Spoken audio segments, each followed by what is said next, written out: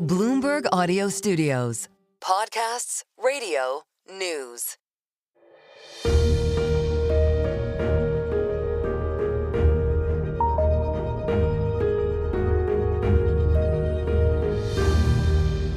This is Wall Street Week. I'm David Westin, bringing you stories of capitalism.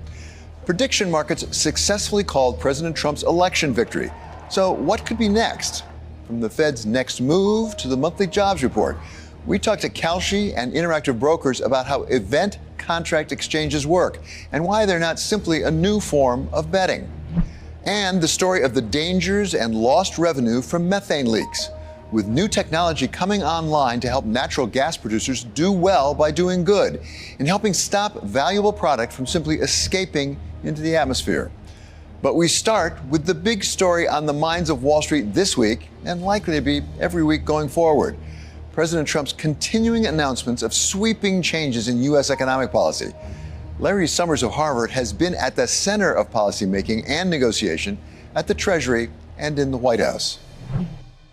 This is the beginning of making America rich again. What do you make of what's going on with the tariff situation, insofar as we can tell? Look, the steel and aluminum tariffs, which have been imposed, are a uniquely bad policy. They're a uniquely bad policy because 50 times as many workers work or more work in industries that use steel and aluminum as work in the steel and aluminum industry. So even if you protect a few jobs or a certain number of jobs in steel and aluminum, the jobs you lose in the downstream industries that have to compete, industries like cars, industries like construction, are far more than any benefit you save in steel. One estimate found that it was more than $700,000 per job saved in burdens on consumers. And that's even before you get to the costs of the jobs lost in automobiles and construction. And Lydia Cox at Yale has done a hugely important study where she's looked at what happened with past steel tariff exercises, when President Bush did it in the early 2000s, when President Trump imposed it in the 2018 period. And what she found is that when you take the tariffs off, things don't go back, that people have disrupted their normal relationships. And so the damage to competitiveness is permanent, even from a temporary tariff increase.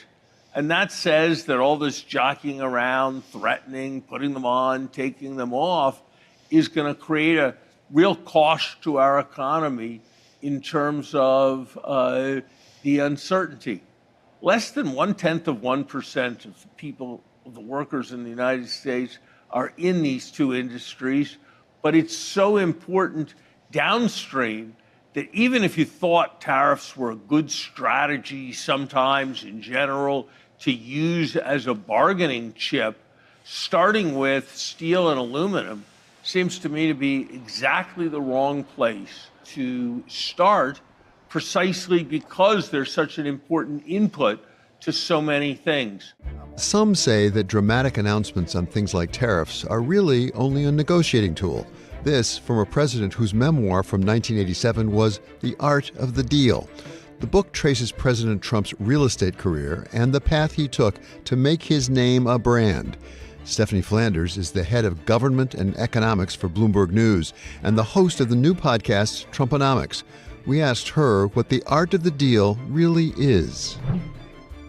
His first rule of Art of the Deal was to think big, but also to speak big and to make sometimes, have outlandish plans or extravagant real estate schemes, which overturn the chessboard and unsettle his adversaries in a way that ends up benefiting him. We clearly saw that in the first term with the, saying he's going to force Mexico to pay for the wall, the way he put all of his NATO allies on the back foot by saying he was threatening to withdraw from NATO, which seemed like an extraordinary thing, but actually did instill change. So this is something we've seen before. We've seen leaders think big, take big positions. Often we want them to do that. But it's not just big, but it's many. I mean, it's across a wide range of subjects. It seems like every day we get several new policy pronouncements coming out of the White House. I mean, I think obviously the sort of journalistic sort of conspiracy theory or suspicion is that this is partly a way to make it very hard for people to focus on everything that's going on at the same time. You know, the flood the zone strategy. But I do think also it's the level of ambition that you see on multiple fronts. And, you know, I guess there's an element of, you know, Teddy Roosevelt's big stick diplomacy. There's the so-called madman theory of diplomacy that you saw from Richard Nixon. It's this idea that you behave so erratically on so many different fronts that you actually convince people that you could be about to do something crazy if they don't change the way they're looking at something. So we have seen that before. I think the shock this time, particularly around the economic threats, is the apparent willingness to turn the volume up to a max or 11 on major economic relationships in pursuit of actually quite small gains. I mean, we saw him sort of effectively threaten to blow up America's most important economic relationships over tariffs. I look at some of the deals made, I say, who the hell made these deals that are so bad? But that uncertainty is definitely a bug for business. Is it a bug for Donald Trump, or is it a feature? I mean, that's something I can't quite get my head around. Maybe he likes that uncertainty. I think he does like the uncertainty as a negotiating tactic. We saw that. I think it's particularly true on the geopolitical stage. We saw it with North Korea negotiations. We've seen it in other areas. I think with the economics, he uses it up to a point. But we've seen in the past, we saw certainly in the way he dealt with China in the first term, once there appear to be quite widespread economic costs for the US, that's when he goes into deal-making mode and becomes much more conciliatory. We saw that in the first term when they had moved through quite targeted tariffs against China that didn't affect ordinary consumers. Once they went to the Class 4A products, which I'm sure you've memorized all the terms of these negotiations, David, but once they went to the group of large number of consumer goods, mobile phones, all these things that people actually buy, that's when you started to see a macroeconomic hit, investment falling, consumption weakening, the Federal Reserve cutting interest rates, and that was when he sort of pushed the negotiators to do quite a rapid deal with China. One of the challenges in taking on very big challenges is actually trying to measure success and get something done. How will we measure success for Donald Trump? And maybe as important, do we have any sense of how he measures success in his negotiations? I think he declares success, and we know that he's done that many times, and he indeed declared success when he renegotiated NAFTA and created these new trade deals, which I think did change the game, were more favourable to the US in certain ways. I think, again, it's harder for us to see with this administration because if you set very high targets, you know, the full balancing of global trade, a system in which America gets full advantage of all its trading relationships, it's quite hard to see where the benefit lies. But if he has managed to extract a change in behaviour from other countries around the world, if he extracts a lot more defence spending from European governments and doesn't tank the US economy in the process of doing all of this kind of throwing up of the chessboard, then I'm sure he would consider that a success, and many others will too. I expect that a good number of investors in our audience are trying to figure out how to respond with their investments. How do they position themselves? From your experience, as I say, both in government and covering business and economics for so many years, what advice do you have for investors about how to respond to this? Well, I think we always would say try not to respond to everything. And I think in this case, you would be changing your portfolio 25 times a day if you were listening to everything coming out of the White House. I think the general approach of considering where the market is and how much, if you like, is already priced in, and trying to sort of keep your eyes on the sort of longer term picture. You know, is this a business friendly environment? Is the market priced for the best of all possible Trumps with no downside to economic activity from all this uncertainty? There has to be a question mark about that. Coming up, the difference between betting and making money off of projections. We explore the brave new world of those prediction markets that got the last presidential election right.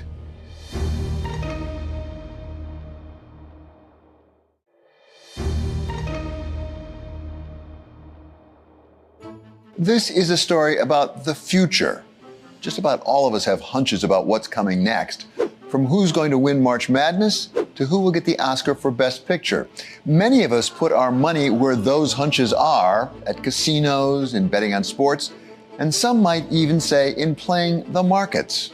Now there's a new game in town, one that's regulated not as gaming, but as a market, something that moved into the spotlight by beating the polls in predicting the results of the most recent presidential election. I believe the greatest political movement of all time. There's never been anything like this in this country and maybe beyond. These prediction markets are based on event contracts, traded on an open exchange. And they told us to expect a Trump win weeks before the election. So, what is an event contract? Event contracts are basically yes or no questions about upcoming events. And people form various opinions and expectations about them. And we ask them, what do they think the probability is that the event is going to happen or it is not going to happen? And we ask that in the way where we say that you can buy a yes or a no answer, and if you are correct, we will pay you $1.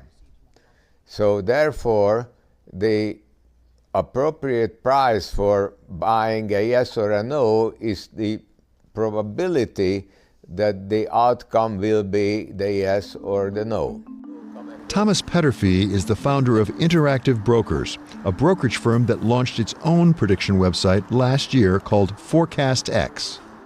ForecastX currently deals with climate questions, economic indicators, political questions. In the future, it will deal with questions having to do with the economy, having to do with cultural developments, having to do with demographic questions, and basically the large questions that people are faced with in their lives. I think our goal with prediction markets is really to allow every person that has an opinion on something to find that market and that big event that they care about to be able to trade on. ForecastX isn't the first or the only prediction market in the United States. Founded in 2018 and launched in 2021, Kalshi is the first CFTC-regulated exchange, and it's taken the market by storm. Kalshi's app has been downloaded about 2 million times, and it's seen nearly $2 billion in contracts. Luana Lopez Lara is the company's co-founder and COO. While we were in MIT, one thing we realized is that most trading happens when you have an opinion about what's going to happen in the future and you find a way to put that in the market. So you think this country is going to go into a recession, or you think this person is going to win an election, or Brexit's going to happen, and you find a way to express that view in the market to hedge some risk that you have, or also to get exposure to something. And what we realized was there should be a better way to do it. And for us, it was, why is there no direct exchange that you can just trade directly on what you think is going to happen? Kalshi saw around $500 million put down on the 2024 election, but its value might not be in the money placed, but in what it told us. Kalshi's prediction market had Trump comfortably ahead of Kamala Harris in the lead up to the election, even as polls saw Harris narrowly ahead. Prediction markets, and Kalshi in particular, got a lot of attention because of the most recent presidential election, in which the polls sort of showed it was really close, and you said not so much. Why was there such difficulty in getting approval for that? Because you had to fight the CFTC, as I recall. After we launched in 2021, a couple months after, we realized that we really needed to add presidential elections. It's a big event that has massive impact throughout the world and the country. As you can see what's happening now with tariffs and everything, they're so tied to this event. And we started engaging with the CFTC. They had a lot of concerns that it would destroy democracy, that people would change their votes based on who they would vote for, and things like that, or the perception that people would change their votes based on who would win. They thought it was too close to gambling and all of those things. We engaged with them for over a year, and it got to a point that we saw the only way to go forward is if we sue them, because they're just acting unlawfully. We ended up winning on the stay of the appeal to be able to list it. And I think that all of their concerns were also, after the election, proved to not be true, right? Like, we know now that the election was not manipulated by election markets, even though billions of dollars were traded. We know that it didn't destroy democracy. We know all of these things that we were saying were true are actually true. And it's great to be kind of vindicated that this was actually a great thing to actually enhance democracy because polls were so bad. During the election season, that was kind of the narrative that we were pushing. Was the presidential election the largest single event in your volume so far? Yeah. Yes. How big was it? The actual who's going to win, I think it was like 500 million or 600 million on just that one. But we had actually markets on who's going to win Pennsylvania, for example, and the margin of victory and a lot of other, I guess, derivatives of that main event that took the pie to like over $1 billion. For some of us who are not as familiar with prediction markets, you said earlier, it's not betting. Why is it not? Because it sort of looks and talks and walks a little bit like betting. What's the difference between a prediction market, taking an event contract, and betting? The easiest way, I think, to explain this is we are pretty much like the New York Stock Exchange or the Chicago Mercantile Exchange in terms of structure. We are a trade matching engine, right? So you can come and say, I want to take a position on this. Someone else says, I want to take a position on this. I think a big difference there is like we're an exchange, we're not a house. We don't make money if people lose. Let's say you think hiking rates will hurt your student loans, you can actually buy a contract that says if they hike, we'll pay. You can use that to offset, basically hedge. And I think that that's the underlying difference is that we're an exchange. When we don't offer margin, we actually pay interest on all your positions and your cash in the platform, and we offer contracts that we think are even safer because you can have more information about a lot of the markets that we have than you have about some obscure financials of some company that you don't know about. We are fully regulated federally as an exchange and have all the supports there, but obviously people do, as in the stock market. Some people gamble, some people hedge, some people short sell, there's people do crazy things, and I think they'll do the same. These platforms say, well, this isn't betting.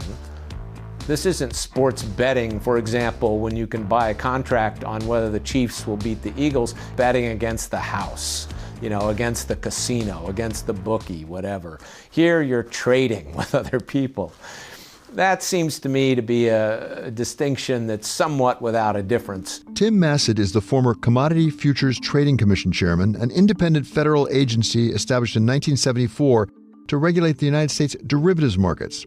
The CFTC now oversees online forecasting, and Massad says he's not against prediction markets, but has his doubts about how best to regulate them. There wasn't much activity here. When I was chair, we had a proposal for a political contract on elections, and we limited that to a university setting where the volume was really very limited. But over the last few years, we've seen firms start up that want to do a lot more of these, and that's made the regulatory challenge really big. Congress tried to give the CFTC some tools to limit the range of these things back in 2010 when the Dodd-Frank law was passed. The Congress said the CFTC can not certify something if it determines that the contract is not in the public interest and it falls into one of basically 5 categories. It pertains to war, terrorism, assassination, an activity that's unlawful, or gaming. But those are the only categories. And it said gaming, not gambling. The CFTC put out a rule proposal last year that basically tried to take an expansive view of this as to what gaming was and to how to define public interest. If we want to allow this, that's fine, but I wouldn't make the CFTC the regulator of it. The CFTC is a small agency. It's got other things to do that I think are more central to its mission. So why is it the CFTC's job to regulate event contracts? It's a financial contract, and it is not married to the performance of any specific company. It is not a security. It is a commodity. The distinction between commodity or a security is kind of vague, and it's more for lawyers than people like me to say which is a commodity and which is a security. Whoever regulates them, it certainly looks like prediction markets are here to stay. Looking to build on its success in the presidential election, Kalshi this year announced a deal with Robinhood to let people trade on contracts for the Super Bowl from their brokerage account, although the CFTC once again stepped in to put the deal on hold. Super Bowl obviously is a very big event, and it's in one of the events on which you took contracts. You also had a special relationship with Robinhood, but at the same time, the regulators weren't done with you yet. What is the issue there? Do you know why is the CFTC particularly concerned about that? The same way that we opened a very big pie, in our opinion, with elections, sports are another big one, and I think we expected a bit of a scrutiny. We think they're completely legal markets that should be offered in prediction markets and CFTC regulated exchanges as well. But I think there's just more engagement on that front from the regulators that we were somewhat expecting. In terms of the Robinhood specifics, we're very excited to expand into sports. We think that this year is going to be very, very big for us growing there. And we're excited to connect with brokers and have them with sports and mix everything together. Exchange trading in event contracts is here and it's regulated. But ultimately, what does it do for the markets and to the markets? Does it provide useful information to investors, or is it more a form of recreation? You know, there's a view among economists that, or at least some economists, that, well, these are useful. They generate information, and they're more useful than polls. You can certainly argue they generate important information. A lot of, some economists at least, have said, look, these are better than polls in many cases. So I don't quarrel with that. I think they can generate interesting information. And so from that standpoint, you could say, sure, it's a public good. We need a mechanism for people to express their views so that legislators can come out with appropriate legislation to basically channel the future for the people. And the way to do that, I think, is one way to do that, and probably the most effective way to do that, is to continuously get feedback from the population as to what legislators are trying to do, whether that is going to get the people where they want to go. Coming up, as President Trump seeks to ramp up oil and gas production, leaks of methane will go up as well, unless we do something about it. We travel to Wyoming to see firsthand new technology that can help producers keep their product from escaping. That's next on Wall Street Week.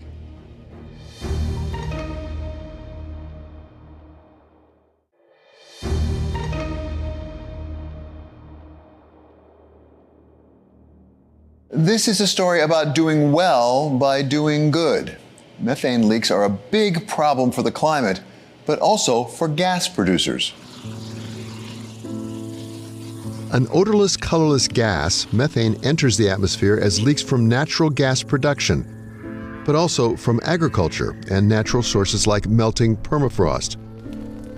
The oil and gas industry has long treated methane leaks as an unavoidable hazard. But saving all that methane could be one of the fastest and most effective ways to fight climate change, while also conserving valuable natural gas. So here you see a retractable tower, and at the top of the tower is a laser spectrometer. Caroline Alden is co-founder and chief scientist of Longpath Technologies, a tech startup with a new way of detecting those methane leaks with laser-based sensors. Here in the Wyoming sagebrush steppe, near the foothills of the Wind River Mountains, pronghorn antelope and wild horses roam above one of the largest natural gas reserves in the United States. And the Jonah Field has become a proving ground for cutting-edge technology. So the laser is going around collecting all its concentration data right up there in that little tiny box. And inside that box is a laser, a detector, and all the computing that you need to crunch the numbers on emissions from any of the well sites you can see around here. This is a kind of a fun place to be as a climate scientist, because it's a place we can all kind of row in the same direction. The industry also, doesn't want to have methane emissions. This is their product that we're keeping in the pipeline for them when we catch leaks. And so it's a real win-win, where if we can give them data to help them make their operations better while also reducing emissions, that's a win-win for the climate and the industry. In 2022, the U.S. emitted around 6 billion metric tons of greenhouse gases. Methane made up about 11% of that, but it's a particularly potent and toxic gas. Methane as a molecule is interesting because compared to CO2, which is the greenhouse gas folks are most familiar with, it's about 80 times more powerful in terms of the warming potential on a molecule per molecule basis. Its potency makes the market for methane detection technology that much more important. And JP Morgan projects it will be more than $900 million by 2025, with a potential global market as high as $14.9 billion. I believe this is really going to fundamentally change how operators view leak detection and repair. And I think it will change how regulators view leak detection and repair. Howard Dieter, Jonah Energy's vice president in charge of environmental health and safety, says his goal is 24/7 monitoring using Longpath's continuous laser system, and then following up using optical gas imaging cameras and validating those measurements with drones, aircraft, and satellites. I do think that as this technology becomes better, as it becomes more affordable to deploy, that it really is a game changer in how we think about operating and managing our facilities. How has the whole process of detecting methane emissions changed? So historically, the way leak detection and repair has worked, and even the way the EPA regulations and state regulations work, you're obligated to do a certain inspection once a quarter or once every 6 months or once a year, and in the intervening time you may have a leak. And so the next time you have a chance to see that leak would be 85 days, following when that leak started. We're really at the precipice of moving from a schedule-driven leak detection and repair program, whether it's quarterly or semi-annually, to an actual data-driven leak detection and repair program. So we're able to roll an operator out to a site when we have something going on that they need to fix. And we fix the vast majority of things we find at the time we find them, which really reduces the time in which a leak is occurring. Dieter recalls how a recent leak response team was dispatched to fix an outside contractor mistake at one of Jonah's production facilities. How did you first find out about it? Through the dashboard from Longpath. So they picked it up within the laser system. We got a notification. There was a cap on the top that hadn't been fit back, and so there was venting that was coming out of that. So within 3 hours of it being detected, noticed, we found it and fixed it. It's product in the pipe. So every leak that we catch, it's not just reducing emissions of methane to the atmosphere, it's keeping their product in the pipe. President Trump has made no secret about the importance he places on U.S. energy production. We will drill, baby, drill. But those concerned about the climate warn about the dangers of increasing methane emissions and their effect on the planet. Police department, evacuate immediately! Leaks are the problem with methane all around the world.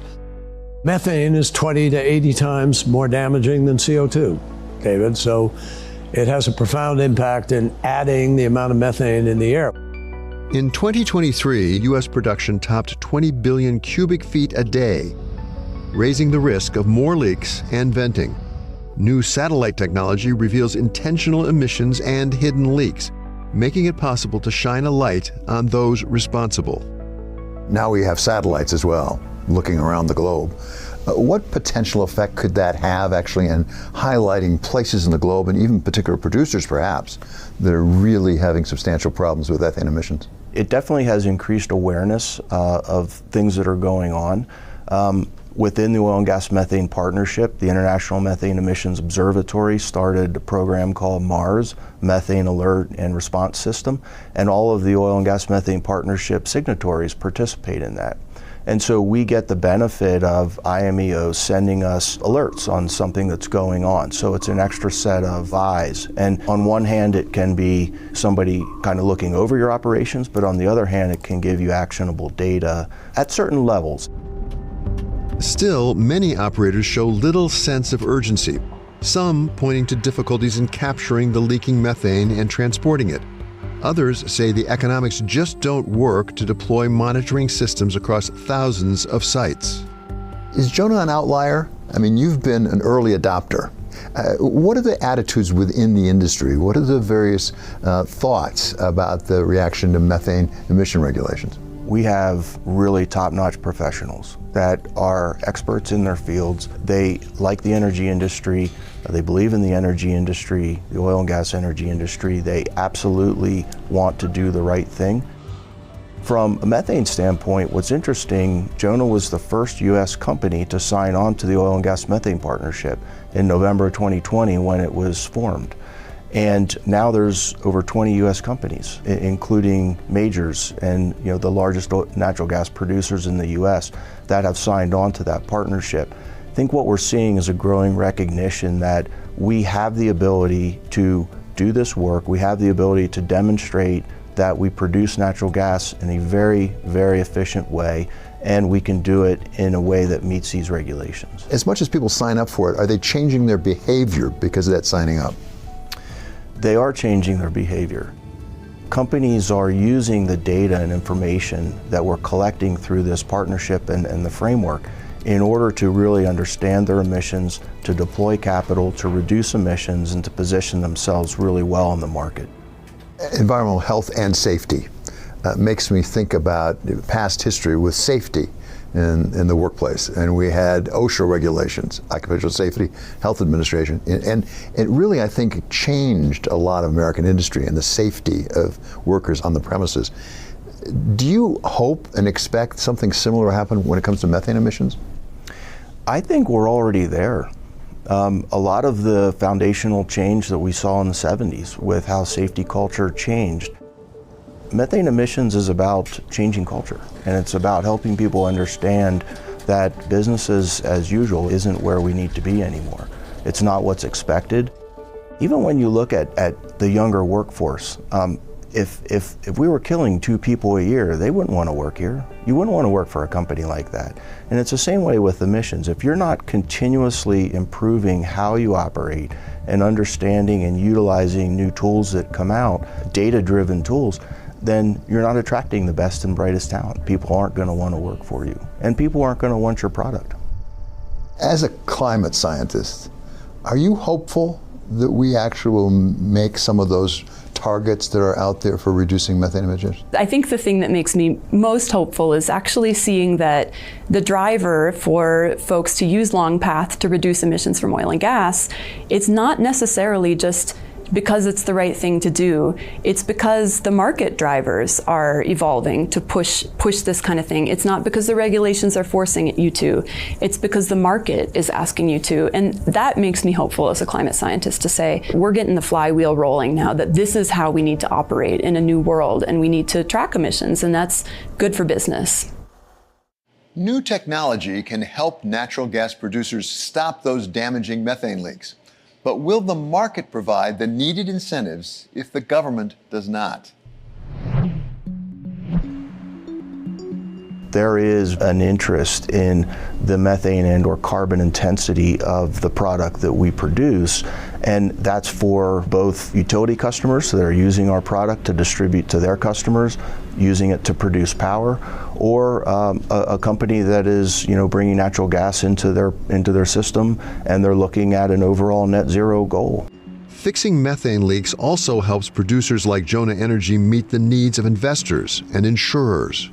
A lot of insurers, a lot of investors today, our management team, they also look at risk and not having the ability to operate, the social license to operate, as people like to say, I think is an intangible value. It's hard to put a dollar value on that. But when we are able to say, look, we know what our emissions are, it gives our investors, it gives our insurers confidence in the work that we do. Well, it's interesting. Do investors really ask questions about methane emissions when they decide whether to put capital into your company? They do. There's typically a series of questions, and it isn't just emissions. It has to do with all of the things that we do environmentally on an operations basis. Why are insurers concerned about methane emissions? From the questions that they ask, the things they're interested in are long-term environmental issues, such as a large spill of fluid, a major release of natural gas. So understanding that we have the best practices and the best tools and technologies available to us to minimize those things, I think is very important to an insurer. That does it for us here at Wall Street Week. I'm David Westin. This is Bloomberg. See you next week for more stories of capitalism.